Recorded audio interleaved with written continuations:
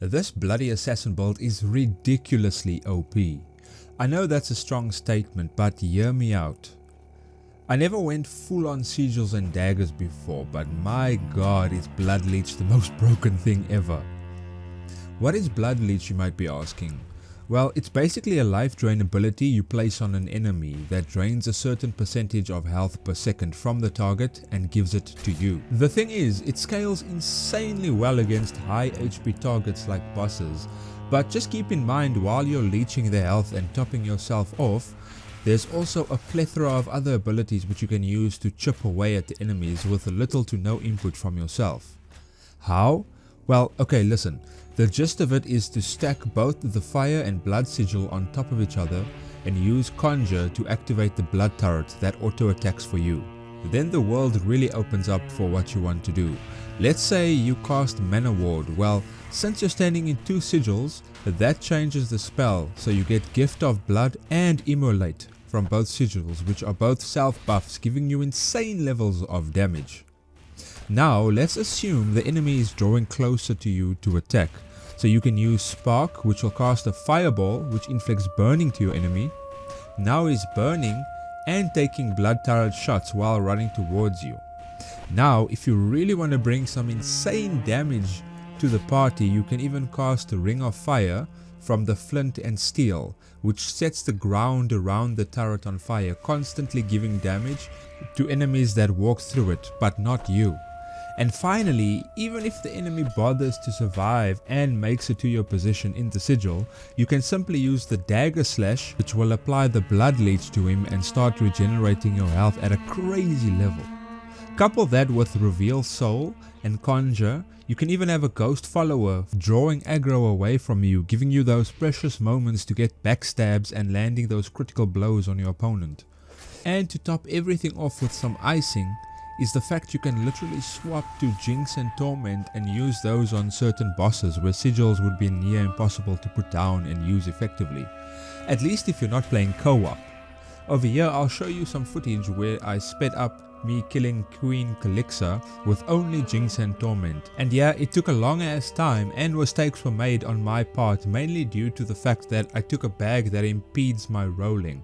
But nonetheless, I was able to down one of the hardest bosses in the game simply by changing my strategy. Effectively, this build can do all content in the game solo, and I love it for that. And by the way, the hex tree I chose cleanse to farm darkstones easier, and if you know the hex mage, that means I never took Lockwell's revelation, which I think is the most OP passive skill in the game. And yet I was still able to overcome Queen Calixa and many other bosses, just at a slower pace. I just didn't want to farm darkstones without cleanse, but hey, each to their own. So Blood Leech will effectively kill anything under half HP because it's a percentage based drain. You have a plethora of magic abilities to use in sigils. You have a ghost buddy who can take aggro for you in many encounters while you get those deadly backstabs. And you're able to swap over to Hex Mage mode for enemies you find difficult to face. And one other thing you get is called Infuse Blood, which is literally lifesteal on attack with your main weapon, keeping you topped up on normal attacks, and wow, this build is just truly amazing. Right, so I'm sure at this point you want to know about the details of the build, so let me start with the gear and then I'll move on to the skills. The sword used is the old Legion Gladius, which is mainly used for the War Memento enchantment, which inflicts Curse and Scorch in 4 hits. And the best place you can farm this sword would be at the Vendaval Bandits, but they also drop with Khazit Bandits. The dagger we use is called the Gilded Shiver of Tramontane, which is a pure frost damage weapon. The reason behind this though is that it gives you an alternative output to your damage in case enemies are resistant to your fire and decay. To craft this awesome dagger though, you first need the Scarred Dagger, which you can get from the Grotto of Chalcedony from the Mysterious Crystal. The wiki will show you how to get it.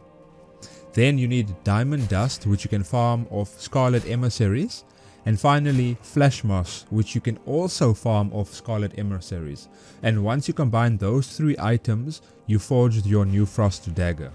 The headpiece is the red wide hat, which is used for extra decay and frost damage. But to get this one, you have to stick a wide blue hat into the legacy chest and start a new game. Or you can just do what I did, was I used the split screen and then I cheesed it to get it sooner. The chest piece is the rust leech armor, which is a no-brainer because it gives you insane fire and decay damage. Also, the quest to get it is quite a long one, so I would recommend to bring a friend along for this quest, as the boss fight is a very tiny arena with lots of spawning mobs, but I promise you it's well worth the trouble to get it. Or maybe you can even ask somebody to trade it with you if they already have it. And then the gold leech boots are nice for the lightning resistance on them. And like I mentioned in my previous video, you can collect those bad boys from defeating the light mender in the Spire of Light in Monsoon, which shouldn't be an issue for you. If things do get tough, you can always revert into the Hex Mage and just spam Jinx and Torment. So the faction is the Blue Chamber for the Giant's Blood, which boosts your max HP, and more importantly for the Infused Blood spell, which gives you your Sword and Dagger a life leech ability, separate from the Blood Leech of course. So the three trainers are as follows. You pick up the Hermit Tree for Shamanic Resonance and Conjure. Then I would head to Harmattan to get the Hex Mage Tree, take Blood Sigil, and then you can decide if you want to take Darkstone or Lockwells. Either one is viable. I just took the Darkstone because I don't want to farm the stones. It's just easier to take the DPS hit and be able to create them yourself. Then what you want to do is head to Monsoon and then take the Philosopher, and you want to get the Fire Affinity at the top of the tree. Plus, while you're in Monsoon, you could try your luck at the Spire of Light for the boots and even the backpack, but my advice is to get a bag that does not impede rolling. I made this mistake earlier and I used that horn bag and it actually got me killed a few times due to the fat rolling. So I decided to go with the Buzu hide backpack. But another bag you could get that's easier would be the Brigand's backpack, because all it does is it takes a bit of walking to get, so it's quite easy.